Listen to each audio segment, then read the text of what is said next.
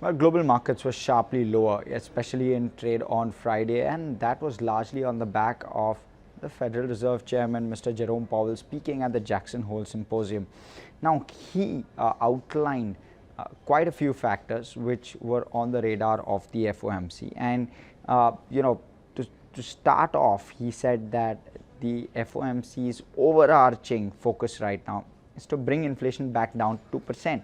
Now, inflation has trended above the 8% mark for at least the last 4 months in the US, and to bring it down to 2% will of course take some time, but what he said was that restoring price stability will take time, but they were going to stick to their policy stance of bringing inflation back down to 2% and continuing to hike rates till that point. They were also quite, in fact, the Fed chair was also quite clear that growth in the US will trend lower on the back of those rising rates, and the labor market needs to soften. That being said, what he continued to reiterate is that currently the underlying momentum of the economy was quite strong. The labor market was currently tighter. He felt that the labor market is out of balance.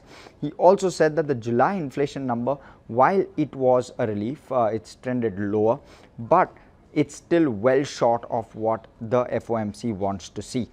Going forward, what he suggested was that there was another large set of increases which were expected and were warranted to come through. He said that history suggests against prematurely loosening policy. So once the policy rates go up, they will be maintained there for some time. That's what he meant. And he also said that he was committed to lowering demand to match the supply. He said that largely inflation is demand driven, and that if the demand is lowered, probably the supply will be able to catch up to that demand, which will bring prices down. He also emphasized on continuing the need to keep public expectations on inflation low, especially the long-term expectations, because what he said was at the moment the public expectations are that inflation is going to be temporary. Now, if that switches over, he says that there could be some amount of unease among the public, which will in fact make inflation more entrenched within the economy. Lastly, moving to employment costs, he said employment costs of bringing inflation down will increase as there is a delay, as inflation keeps at a higher level over a period of time. So the higher the amount of inflation over a longer period of time will make it more challenging with regard to employment costs.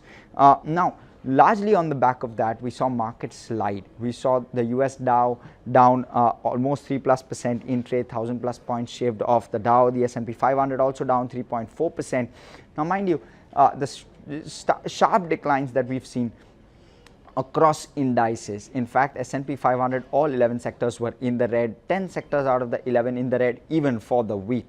And weekly falls of 4% plus on all three indices. The Nasdaq too was down nearly 4%. Now the Nasdaq is down 4.4% for the last week gone by, and despite that, US futures are trending lower. We're looking at 3/4 of a percentage point of cut on the Dow futures even post that 3% plus decline. So we're seeing 250 points more shaved off, especially when we're looking at what futures are indicating, 1% shaved off more on the S&P 500 as well. The lowest close on the S&P 500 since July that we are seeing at the moment, and the Nasdaq futures trending 1.25% lower as we speak. We're looking at cuts on Asian indices as well. We're seeing 2.5+% cut on the Nikkei, the Shanghai and the Hang Seng more composed, 1% cut on the Hang Seng as we see it, but the Kospi down over 2%, the ASX down over 2% as well.